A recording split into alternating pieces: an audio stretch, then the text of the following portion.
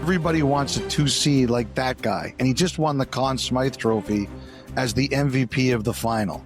So I just think that the other thing that Rossi's been hurt by is, at least in the trade market, is the whole Sam Bennett syndrome. That's what we want our 2C to look like. So it's hurt Rossi's value and Minnesota's chances. A couple of things I do like for Minnesota. I like some enthusiasm of the new younger players. Boldy obviously is a heck of a player, but I'm excited to see Yurov next year, who came over from Russia, and Buim in the playoffs. He was a bit of a wild man all over the ice as he tried to figure out the differences between the NCAA and the NHL, but you can see the energy and the enthusiasm. And I could see why the Wild are excited about this guy. So, and Tarasenko too, he was a bad fit in Detroit. He's playing for a contract. He'll be motivated. So, those are the things I like about Minnesota.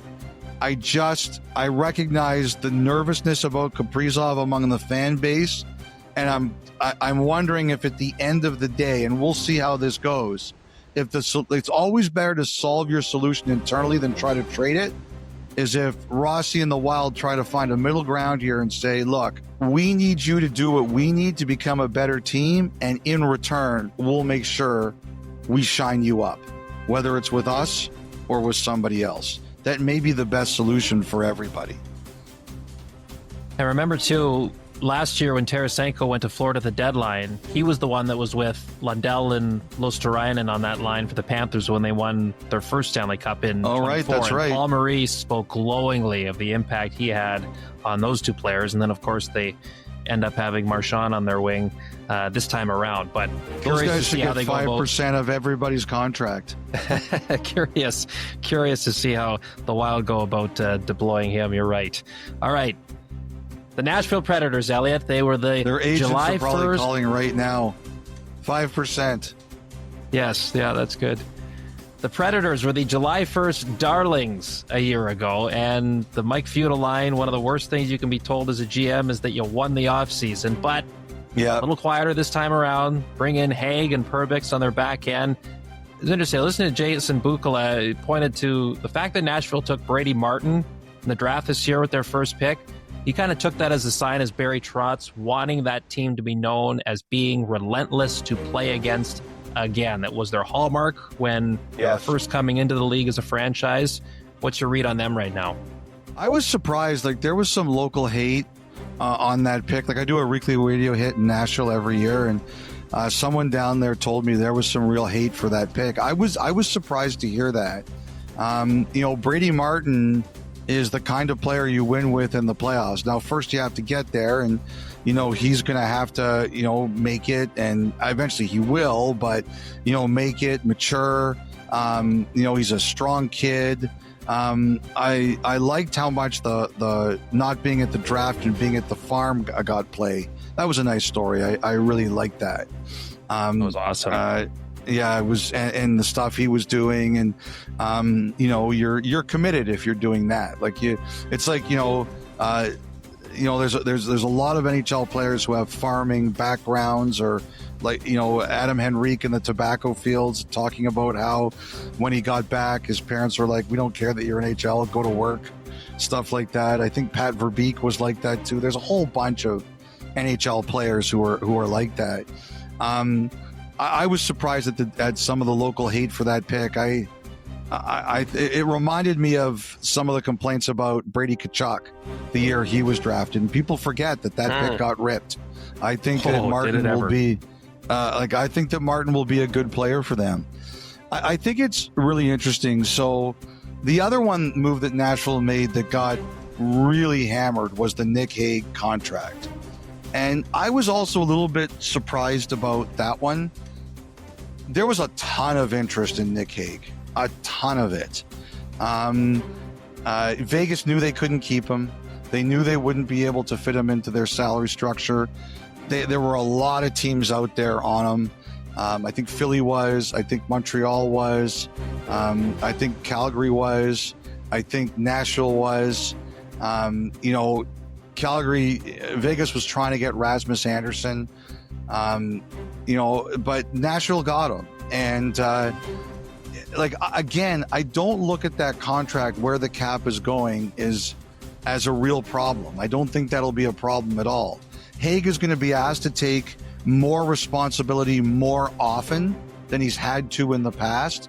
But every time I've watched him play, I see a really competitive, hard-nosed guy. Like, he's going to do exactly what you say. I've always liked Hague's game. Nashville has a lot of left-hand shots, so they kind of talked about how Yossi might play the right side. Hague has done that before too. The other one, Perbix, you talked about. I like the Perbix signing. I thought that was a really good deal, and I think he's a really solid player. Like Nashville won the offseason last year, as you said, and it didn't go very well. I think they attacked certain things last year. They didn't like the way they defended. So Perbix and Hague should help. I think the way that, and the other thing, I think, like, Andrew Burnett had some really interesting quotes on the weekend about how they're kind of talking about, like, how do they need to change the way they played. And last year they changed the way they played during the season. They made some adjustments, and obviously it didn't work as well. But it does sound like it goes to what I just said before.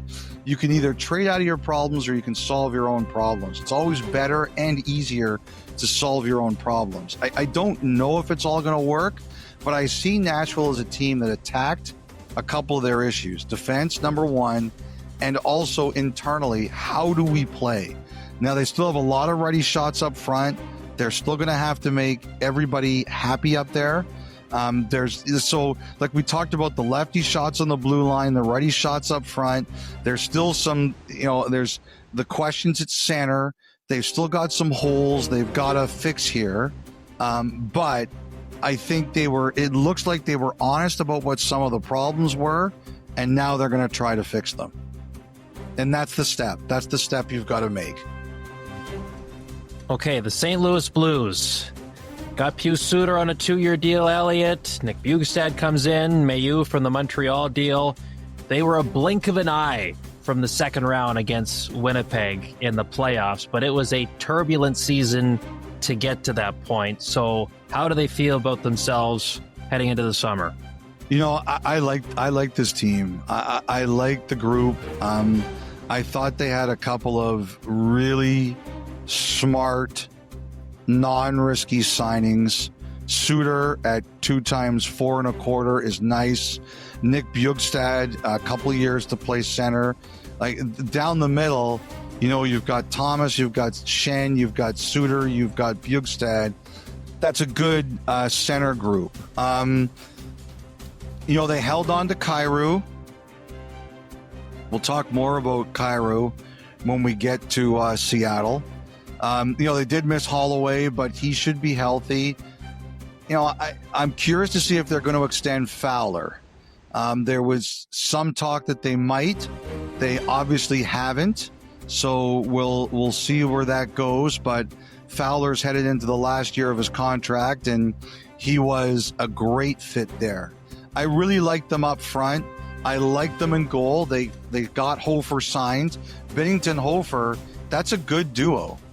You could do a heck of a lot worse than that, and some teams have. I'm curious to see Mailloux if he does make the jump to become a full-time NHLer next year. But I like the look of this team. A couple of things. Shen now goes from a full move clause to a no move clause to a partial. And the last couple of years, some teams, especially Canadian ones, like Toronto and Ottawa, have poked around him a bit. And I'm sure that they're no